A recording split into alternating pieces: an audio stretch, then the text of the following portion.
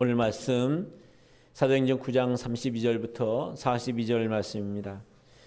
사도행전 9장 32절부터 42절 말씀입니다.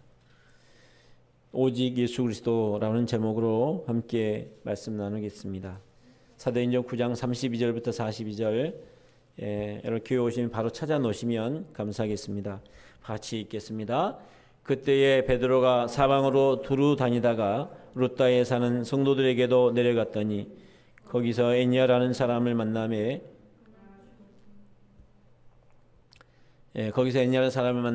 그는 중풍병으로 침상에 누운 지 8회라.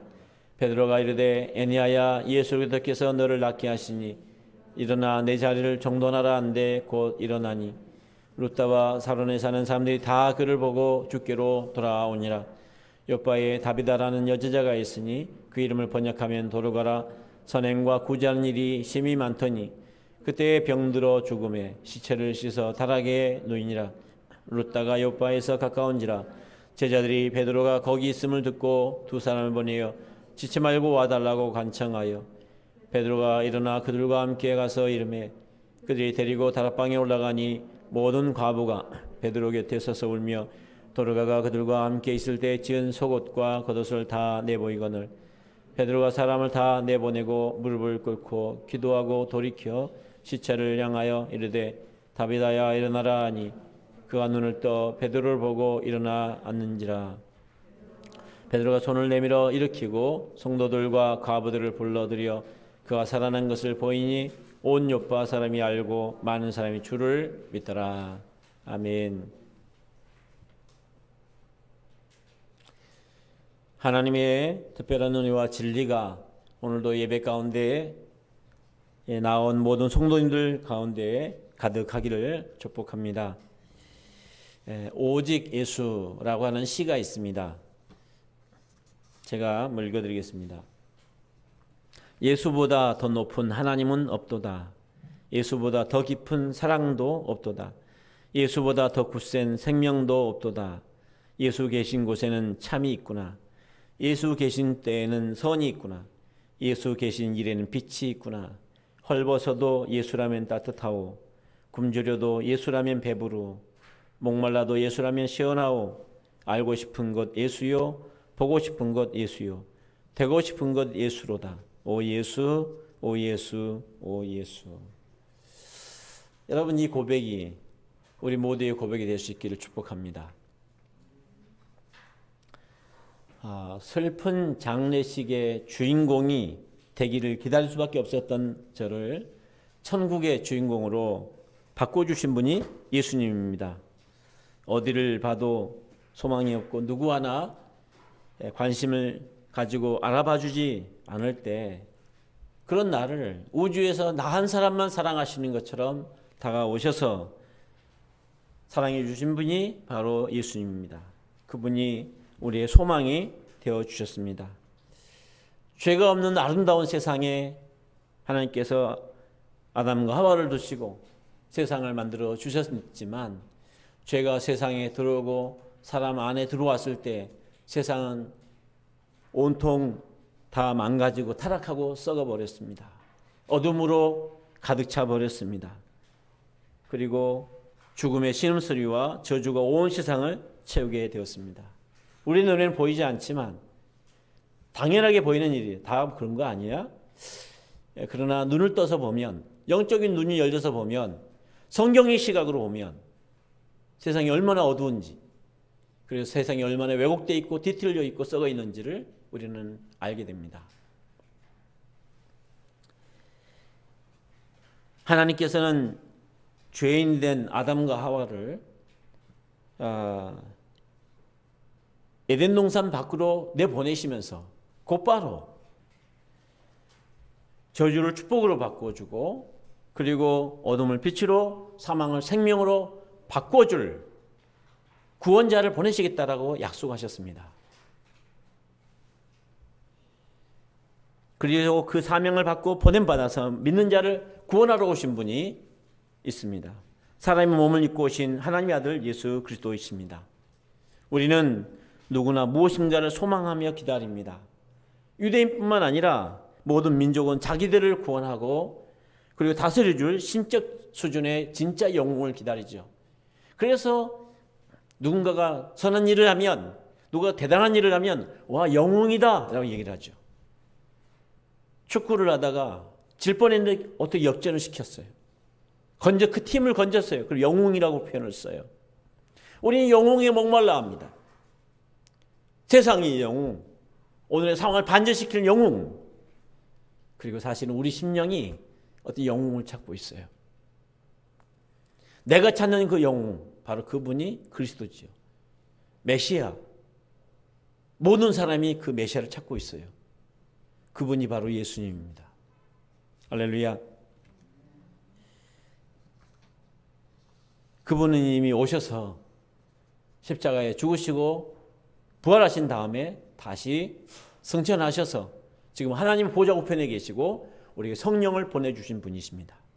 성령을 통하여 오늘 우리와 함께 하십니다. 그래서 오늘 설교 주제는 오직 예수만이 그리스도시다 라는 말씀입니다. 예수님 때나 초대교회 때뿐 아니라 지금도 의료가 뒤처진 나라에 또 교회가 급하게 부흥하는 그런 지역에서는 동일한 역사들이 많이 일어납니다. 저도 개인적으로 여러 번 치유를 경험했고 치유한 적도 있습니다. 제가 청년들과 함께 중국에 가서 청년들 사역을 할 때 그곳에서 기적이 나타난 것을 목격을 했습니다. 그리고 숱하게 그런 얘기를 많이 듣잖아요. 그런 일이 많이 난다. 지금도 이런 일은 사실은 꽤 많이 있습니다. 그러나 예수님께서 많은 사람들을 고쳐주셨고 그리고 죽은 사람을 살려주기도 하셨지만 사실은 예수님께서 고쳐준 사람들을 생각하면 이 세상에 아픈 많은 사람들 있잖아요. 그런데 그걸 생각하면 극히 일부만을 고쳐주신 거예요. 또 수많은 사람이 죽었는데 그 중에 극히 소수 몇 사람만 살려주셨어요. 이 땅에 계실 때. 왜 그랬죠? 만약 아픈 사람을 낫게 하는 것이 주님 목적이었다면 모든 사람을 다 낫게 하셨을 거예요.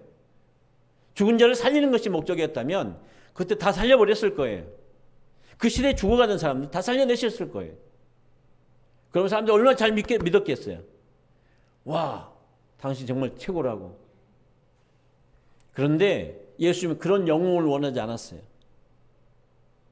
그런 대단한 존재가 되는 걸 원하지 않으셨어요. 오히려 사람들이 의아해하는 방식으로 가장 미련한 방식으로 십자가에 돌아가 버리셨어요. 죽으셨어요. 왜냐하면 그렇게 죽고 다시 살아나셔서 우리의 모든 죄를 짊어지시고 우리를 죄와 사망에서 건져내셔야 되기 때문에 그렇습니다. 그래서 그 치유와 살려내는 이 사역들은, 기적들은 예수님을 믿게 하는 목적이었지 절대로 성경의 초점이 아니었습니다. 예수님 초점이 전혀 아니었어요. 관심이 없으셨어요. 거기에. 왜냐하면 고쳐놨어요. 다시 지옥 가면 무슨 소용이 있어요. 몇십 년 살다가 지옥 가면, 건강히 살다가 고침 받았어요. 다시 지옥 가면 그 무슨 소용이 있어요. 살려놨어요. 죽었는데 살려놨어요. 다시 죽으면 그 무슨 의미가 있어요. 그 몇십 년 차이가 영원한 죽음 앞에서 무슨 의미가 있냐는 거죠. 그것을 아시기 때문에 영원한 생명을 주고 싶어 하시는 거예요. 영원한 생명을 가지지 못하면 살았으나 죽은 자요. 하나님 보시기에 죽은 자입니다. 그는 지옥에 향해 갈 수밖에 없는 자죠. 그러니까 그에게 가장 필요한 것은 예수입니다. 고침 맞는 것보다, 살려내는 것보다 예수가 더 먼저입니다. 예수 안에 모든 것이 있고 예수 밖에는 아무것도 없습니다. 착각하는 거죠. 우리가 어렸을 때 땅 따먹기 하다가 해가 지면 다 집으로 돌아가잖아요. 왜? 그건 미련 없이 가요. 땅을 많이 땄던 애들은 조금 속상하겠죠. 이게 너무 많이 땄는데 아깝겠지요. 그러나 해가 지면 집에 들어가야 되잖아요. 땅 따먹기 하는 인생입니다. 짧은 인생입니다. 순식간에 10년, 20년이 흘러가고 어느새 해가 집니다. 가야 돼요. 그때 필요한 게 뭐죠? 오직 예수 그리스도밖에 없습니다. 그때 나를 살려주고 내가 돌아갈 집이 있게 만드는 분, 예수 그리스도입니다. 그래서 여러분, 예수 그리스도, 그분을 우리가 기억해야 됩니다. 오늘 본문뿐 아니라 사도행전 전체는 사도행전 1장 8절을 연결해서 보아야 됩니다. 오직 성령이 너에게 임하시면 예루살렘과 온 유대와 사마리아 땅끝까지 이르러 내 증인이 되라 라고 주님 말씀하십니다.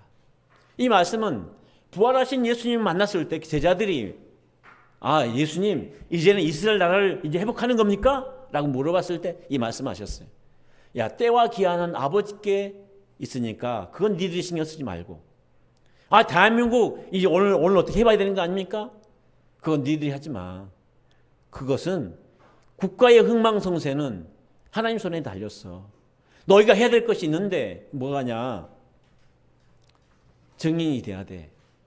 땅끝까지 이르러서 증인이 돼야 돼. 그 말씀을 하십니다. 그리고 예루살렘에서 시작된 교회가 핍박을 통해서 온 유대에 퍼지고요, 사마리아를 넘어서서 땅끝을 향해 나가기 시작해요. 오늘 사실은 오늘 본문도 그 과정에서 한 부분으로 지나가고 있는 장면입니다. 그래서 성경은, 사도행전은 지금 이 본문에 나타난 기적을 주목하지 않아요. 주님이 약속하신 그 말씀이 어떻게 성취되어 가고 있는가를 보여주고 있습니다. 성경에 있는 수많은 기적이 그렇습니다. 기적 자체를 주목하는 것이 아니라 하나님께서 자기 아들을 통해서 세상을 구원하실 것이라고 하는 이 복음에 주목하고 있습니다. 그것이야말로 가장 강력한 복음이요, 모든 사람이 반드시 놓쳐서는 안 되는 영원한 복음이기 때문에 그렇습니다.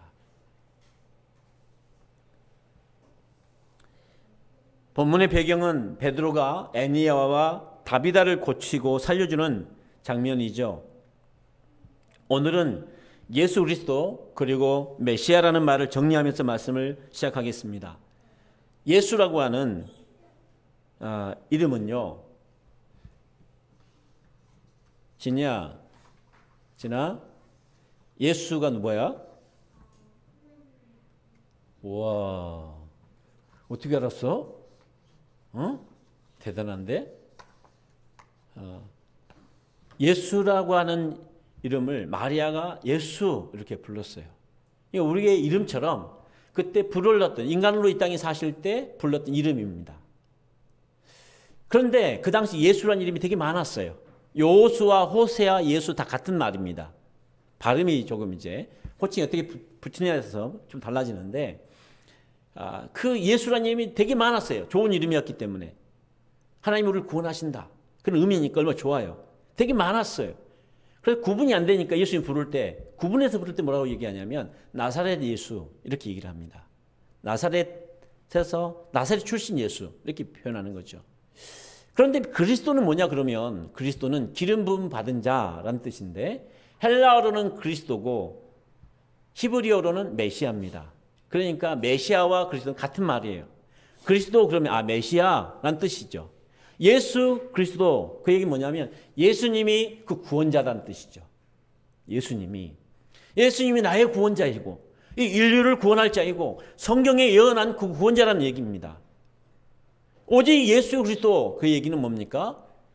오직 예수만이 약속하신 그 약속된 구원자고, 그 예수 그리스도를 붙잡은 사람은 그 약속이 참여하게 될 것을 우리에게 말씀해 주는 것이죠.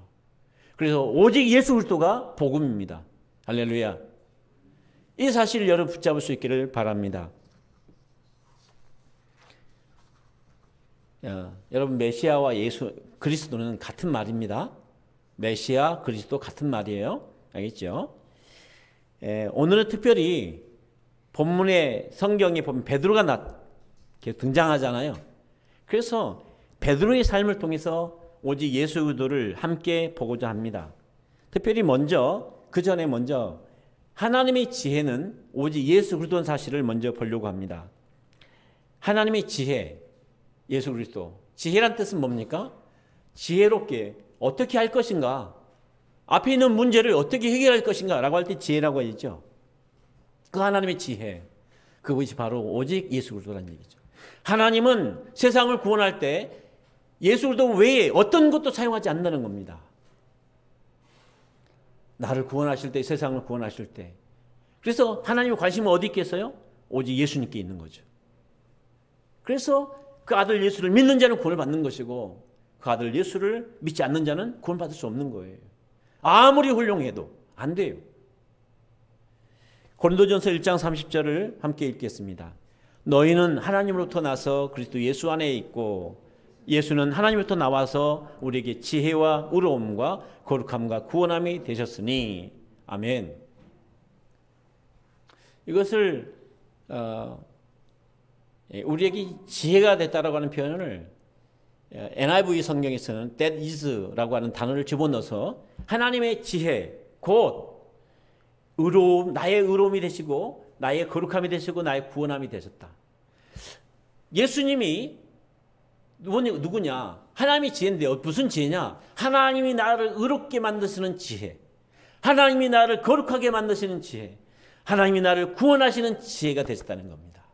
그러니까 예수는 나의 의로움이고 예수는 나의 거룩함이고 예수님이 나의 구원이에요. 내가 착한 일 한다고 거룩해지는 게 아니에요.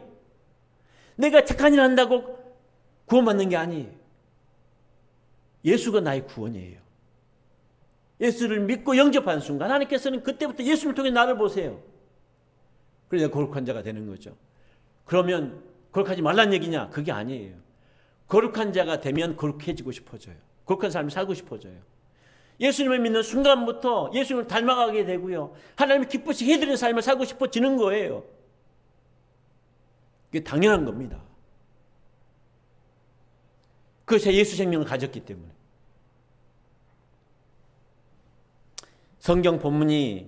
오늘 성경 본문이 오직 예수 그리스도십니다. 함께 읽어보겠습니다. 루다와 사론에 사는 사람들이 다 그를 보고 주께로 돌아오니라. 온 요파 사람이 알고 많은 사람이 주를 믿더라. 아멘. 이 두 구절을 보면 뭐라고 말합니까? 결론이 주께 돌아오게 되고 주를 믿게 되는 포커스가 가 있어요.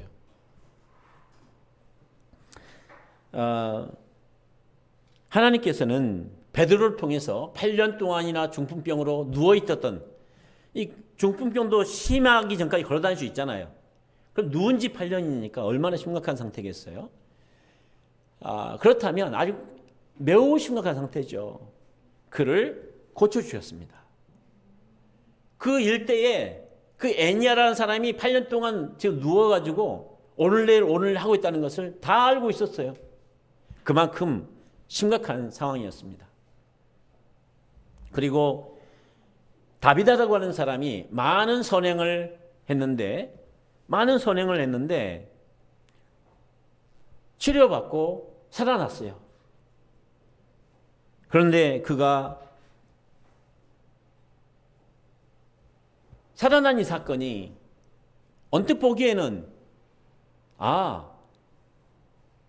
그가 너무 불쌍하니까 예수님이 하나님께서 고쳐주셨나 보다 라고 생각할 수 있죠. 또 다른 한편으로는 다비다가 너무 많은 선행을 했기 때문에 그를 고쳐주셨나 보다 라고 생각할 수 있습니다. 그러나 여러분, 우리가 절대 놓쳐서는 안 되는 것이 있는데 애니아도 다비다도 그때 더 많은 사람이 주께 돌아오도록 하는 쓰임받은 하나님의 통로였을 뿐입니다. 다시 한번 말씀드리지만 하나님의 관심은 치유에 있지 않아요. 성경의 관심은 치유에 있지 않습니다. 그것을 어떻게 알 수 있냐면 예수님께서 공생애를 지내는 동안 오병이어 기적을 일으킨 적이 있잖아요. 오병이어. 떡 5개와 물고기 2마리로 5,000명을 먹이는 놀라운 기적을 행하셨습니다. 그때 사람들이 그 예수님을 보고 놀래가지고 예수님을 억지로 잡아서 임금 삼으려고 그랬어요. 억지로 임금 삼으려고 하니까 제자들도 흥분을 했어요. 때가 됐구나라고 흥분을 했는데 예수님이 제자들을 빨리 강 건너 배를 타고 보내고 그리고 자신은 산으로 도망치다시피 피하셨어요. 그리고 사람들이 자기를 주목하는 것에 대해서 오히려 멀리 하시면서 너희가 무엇을 믿느냐라고 자꾸 말씀하셨습니다. 여러분, 사람이 보는 시선과 하나님 보는 시선이 너무 달라요. 저도 치유를 많이 경험해 본 적이 있습니다. 저도 기적을 많이 경험했어요. 그리고 실제로 치유를 해본 적도 있습니다. 그런데 하나님께서 성경에서 계속해서 거듭거듭 말씀하시고 있는 것은 뭐냐면, 오직 예수 그리스도를 알 때 우리가 진정으로 행복하시다는 것을 말씀해 주는 거죠. 지금은 알 수 없어요. 그러나 마지막 순간 내가 얼마만큼 더 살겠어요. 그 마지막 날 주인공이 되는 날이 오는데, 그날에는 무엇이 나를 지켜주겠어요? 오직 예수 그리스도 외에는 없습니다. 하나님 앞에 섰을 때 하나님께서 내가 너를 왜 천국 보내줘야 되느냐라고 말씀하시면, 내 삶을 아무리 들여다봐도 내가 천국 가야 될 이유를 댈 수 없을 것입니다. 그러나 내 안에 예수 그리스도가 있으면, 예수님이요, 전 예수님 믿었습니다 라고 하면 그거 하나 보고 천국으로 보내주십니다. 하나님은 오직 예수 그리스도 하나밖에 보지 않아요. 그래서 우리가 성경을 볼 때 참 대단한 일이지만, 그러나 모든 초점이 예수님께 모아져 있다는 것을 기억해야 됩니다. 그래서 예수님을 모시는 것, 예수님 믿는 것이 치유보다 더 먼저라는 것이죠. 예수님이 자신의 그리스도로 믿어질 때 우리는 진정한 변화를 경험합니다. 베드로가 이제 이 애니야와 다비다를 살렸을 때 많은 사람들이 주님께 돌아와서 그 결과가 무엇입니까? 예수님이 그들의 그리스도가 된 것입니다. 메시아가 된 것이죠. 여러분, 정말 소망 없던 내가 메시아를 만났어요. 그리스도를 만났어요. 이 얼마나 놀라운 비밀입니까? 저는 그날 정말 세상이 바뀌는 것을 경험했어요. 전혀 다른 세상입니다. 여러분, 성경 전체가 오직 예수 그리스도십니다. 성경 전체가 예수 그리스도인데 함께 읽어보겠습니다. 내가 너로 여자와 원수가 되게 하고 내 후손도 여자의 후손과 원수가 되게 하리니 여자의 후손은 내 머리를 상하게 할 것이요 너는 그의 발꿈치를 상하게 할 것이니라 하시고, 하나님께서 사람이 죄로 타락하자마자 이 말씀을 주셨어요. 이 여자의 후손 누굽니까? 하나님의 아들 예수님을 말하는 거잖아요. 타락하자마자 지체하지 않고 내 아들을 내어주어서 너 다시 살리겠다 말씀하세요. 그리고 성경은 그 일을 어떻게 이루어 가는지를 우리에게 말씀해 주십니다. 그래서 요한복음 20장 31절 이렇게 말하는 거예요. 함께 읽겠습니다. 오직 이것을 기록하면 너희로 예수께서 하나님의 아들 그리스도이심을 믿게 하려 하며 또 너희로 믿고 그 이름을 믿어 생명을 얻게 하려 함이니라. 성경 전체가 오직 예수 그리스도, 그것을 가리키고 있습니다. 오직 예수만이 그리스도다. 다른 그리스도를 찾지 마라. 다른 영웅, 다른 구원자를 기다리지 마라. 속는 것입니다. 돈을 좀 많이 벌면, 높은 지위를 가지면, 세상에서 출세하면, 그러면 행복할 거라 생각하죠. 물론 없는 것보다 낫지요. 그러나 예수 없는 행복이라면 그건 우상숭배입니다. 속이는 거예요. 나중에 정말 후회합니다. 다른 걸 다 잃어버려도 예수님을 놓치면 안 돼요. 그래서 거지 나사로 얘기를 주님께서 하시는 겁니다. 부자와 거지 나사로. 부자가 날마다 연락하고 많은 사람들이 와서 그 잔치에 올리고 행복하게 살고 있는데 한 거지가 있었죠. 그 나사로. 그 얘기를 왜 하셨겠어요? 사실은 천국에서 봤을 때 진짜 부자는 나사로였던 거죠. 여러분, 진짜 부자가 되십시오. 세월이 그렇게 많지 않습니다. 성경 전체를 하나의 그림으로 표현한다면 누가복음 15장의 탕자의 비유입니다. 그 탕자의 비유를 보면 집을 떠나간 아들이 돌아와서 잔치가 벌어지죠. 이것이 바로 성경 전체를 우리에게 보여주는 겁니다. 거기 무슨 기적이 있습니까? 거기 뭐 대단한 철학이 있습니까? 아니요. 단순한 이야기 하나 있어요. 하나님의 사랑. 우리를 포기할 수 없는 하나님의 사랑. 그 사랑으로 오신 예수 그리스도. 그 외에는 구원이 없어요. 길이요, 진리요, 생명 되신 예수 그리스도. 그분만이 우리를 살리십니다. 그래서 성경을 복음을 탕자의 복음이다. 탕부의 복음이다 라고 얘기를 합니다. 여러분 스스로 의로워져서 괜찮은 사람이 돼서 예수님 믿으려고 하지 마세요. 여러분 이 복음은요 배우는 게 아니에요. 이 복음은 먹는 겁니다. 그냥 믿으면 믿어지는 거예요. 왜 안 믿어지느냐? 내가 아직 살만하기 때문에 그래요. 탕자가 언제 돌아왔습니까? 죽게 되었을 때. 진짜 죽게 됐을 때 돌아왔죠. 내 의가 다 무너지고 내 소망이 다 끝났을 때. 그러니까 여러분 세상에 가진 걸 다 가져봤는데 혹시 그걸 다 가진다 할든 나에게 소망이 없겠구나. 그래서 깨달아지는 것이 큰 축복입니다. 그럼 반드시 돌아오게 돼 있어요. 그러나 세상 소망이 끊어지지 않으면 우리는 절대 하나님께 돌아오지 않아요. 왜? 여지가 계속 남아있기 때문에. 자꾸 거래하려고 하고 하나님과의 간격이 좁혀지질 않아요. 예수님 믿은 다음에도 우리 주님과 나의 간격이 좁혀지지 않는 이유는 여전히 우리 마음에 여지가 있기 때문에 그래요. 주님 뜻대로 다 살기에는 너무 아까운 거죠. 그러니 여러분 강만 생각해 보세요. 우리가 타락하자마자 망하자마자 자기 아들을 내어주기로 작정하셨던 하나님 아버지의 그 사랑을 생각해 보십시오. 왜냐하면 그것이 우리에게 가장 큰 복이기 때문에 그렇습니다. 에덴 밖에서 아무리 행복한들, 아무리 성공한들 그것이 무슨 의미가 있겠어요? 하나님 보시기. 그래서 우리를 실낙원에서 복낙원으로 만들어주기 위해서 저주에서 축복으로 영원한 사망에서 영원한 생명으로 바꿔주기 위해서 고아에서 하나님 자녀로 바꿔주기 위해서 아들을 보내주셨어요. 그것이 길이 예수님밖에 없습니다. 베드로의 삶이 오직 예수 그리스도십니다.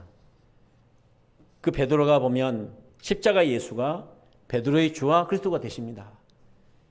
예수님이 십자가에 달려 돌아가실 것을 예언했을 때 베드로가 어떻게 얘기합니까? 절대 안 됩니다. 막았죠. 절대 막았던 베드로가 그 전에 뭐라고 그랬습니까? 내가 죽기까지라도 주님을 따르겠습니다. 정작 십자가 앞에서 저주 맹세하면서 주님을 배신했죠.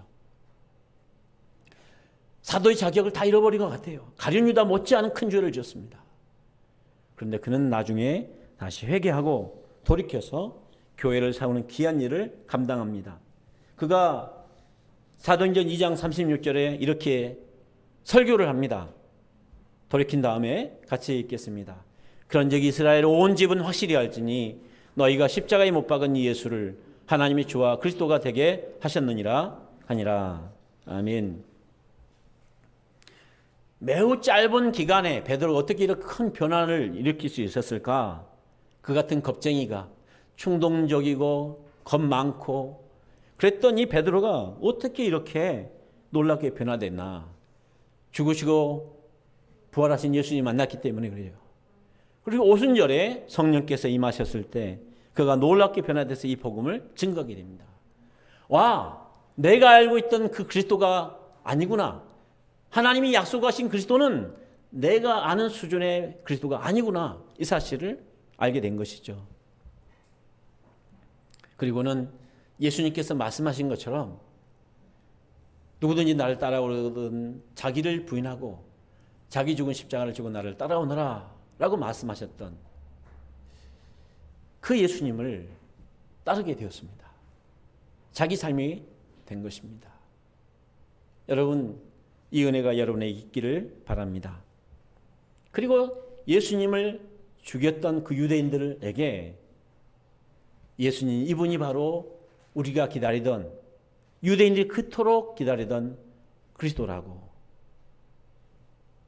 회중 앞에서 증거하고 있습니다. 맞아 죽을 각오를 하고. 참 놀랍지요. 예수님이 계실 때보다 더 담대하고 더 능력 있고 더 지혜로운 사람이 되었습니다. 여러분, 베드로의 삶을 보면 그의 유일한 재산이 예수 그리스도라는 사실을 알게 됩니다. 사도행전 3장 6절 함께 읽겠습니다. 베드로가 이르되 은과 금은 내게 없거니와 내게 있는 이것을 내게 주노니 나사렛 예수 그리스도 이름으로 일어나 걸으라 하고. 아멘. 베드로와 요한이 성전에 기도하러 가다가 미문이라고 하는 곳에 앉아서 구걸하고 있는 그 사람 안진뱅이를 보고 한 말이죠. 3년 동안 예수님 따라다니라고 손은 빈손입니다. 은과 금이 하나도 없어요. 그걸 구걸하는 사람이 줄 것이 아무것도 없습니다. 그에게 하는 이야기입니다. 나는 금과 은이 없어. 아무것도 없어. 그런데 내게 있는 게 있어. 예수야. 내가 예수의 이름으로 내게 말하는데 너는 일어나 걸어라 라고 선포할 때 그가 일어나 걷게 되었습니다. 그의 전 재산이 바로 예수가 된 것이죠. 베드로 전후서에 보면요, 오직이란 표현을 거의 20번 가까이 썼습니다. 오직. 베드로가 얼마나 그 주님 앞에 잡힌 사람인지 알 수 있죠. 베드로가 갈릴리 호수에서 고기를 잡다가 예수 처음 만났을 때 모든 것을 버리고 주님을 따랐어요. 그러다가 예수님께서 왕이 되면 영의정이나 자의정, 그 공신이 돼서 뭔가 역할을 할 수 있을 그런 사람이었는데 그 사람이 십자가를 다 잃어버리고 다시 갈릴리 바다에 부활하신 주님을 만났을 때 그리스도가 진정한 그리스도가 무엇인지를 다시 한번 경험하게 되죠. 복음의 깊은 것을 경험하게 되죠. 그리고 베드로의 삶이 오직 예수 그리스도가 됩니다. 그래서 베드로가 가는 곳마다 사람들이 예수님을 그리스도로 받아들이게 되는 거예요. 여러분, 내가 가는 곳마다 사람들이 예수님을 그리스도로 믿게 되는 일이 일어날 수 있기를 바랍니다. 성공시켜주는 사람 또는 출세시켜주는 사람, 문제 해결자, 거기 멈추면 안 됩니다. 그것은 성경의 이야기가 아닙니다. 표지판을 만들어 놨는데 그 표지판이 엉뚱한 데를 가리키고 있으면 그 무슨 소용이 있어요? 표지판을 너무 멋있게 만들어갖고 지나가는 사람마다 지나가지 않고 그 표지판을 보고 있어요. 표지판이 자기를 자랑하고 있어요. 우리는 사람을 주목하면 안 됩니다. 그 사건을 주목하는 것이 아니라 예수 그리스도를 주목해야 됩니다. 그러면 성경이 새롭게 열립니다. 성경은 전체가 예수 그리스도를 가리키고 있고 베드로의 삶 전체도 오직 예수 그리스도를 가리키고 있습니다. 오늘 당연히 우리도 가장 큰 소망과 우리의 소유도 예수 그리스도여야 합니다. 나의 가장 큰 첫 번째 재산이 뭐냐? 누가 물어보면 예수 그리스도입니다. 오직 예수 그리스도입니다. 이렇게 말할 수 있어야 됩니다. 성 어거스틴이 어느 날 밤에 주님을 사모하는 마음으로 잠을 자고 있었습니다. 그때 주님께서 꿈결에 그에게 나타나셔서 말씀하셨습니다.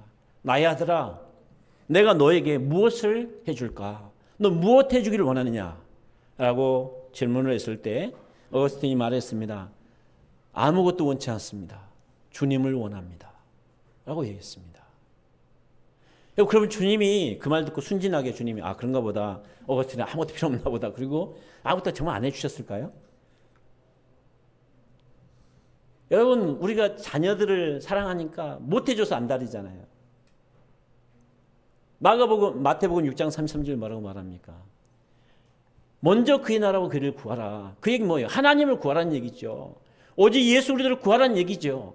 그러면 이 모든 것, 먹고 마시고 필요한 모든 것들을 책임지겠다고 말씀하십니다. 인생 사는 동안 무엇에 한번 인생을 걸어보겠습니까? 정말 정말 여러분 인생 한번 걸어본 거 있습니까? 그 가치 있는 것을 발견해 보신 것이 있습니까? 여러분, 오직 예수 그리스도께 모든 것을 걸어보십시다. 그리고 하나님께서 나의 삶을 채우시는 것, 인도에 가시고 나 유일한 소망이요 유일한 소유가 되어주시는 것 자랑하면서 살 수 있는 여러분 될 수 있기를 바랍니다. 기도하겠습니다. 아버지 하나님, 먼저 그의 나라와 그의 를 구하는 우리가 되게 해주십시오. 그래서 그 모든 것을 채우는 은혜도 경험하게 도와주십시오. 오직 우리 주 곧 구주 예수 그리스도의 은혜와 그를 아는 지식에서 자라가라. 영광이 이제와 영원한 날까지 그에게 있을지어다. 아멘. 주님, 주님의 그 영광, 그 영원한 진리 가운데 우리가 살아갈 수 있도록 주님 우리를 인도하여 주옵소서. 예수님의 이름으로 기도드립니다. 아멘. 그래서 한마디만 더 하면 오직 예수 그리스도를 배경으로 살자는 것입니다. 오직 예수 그리스도를 배경으로 살자. 배경이 바뀌면 그림이 다 바뀌잖아요. 여러분 배경이 예수 그리스도로 바뀌었습니까? 바뀔 수 있기를 바라고요. 그래서 이번 주에는 한 가지 제안할 것이 있는데 나에게는 왜 오직 예수 그리스도신가? 나에게는 왜 오직 예수 그리스도여야 하나?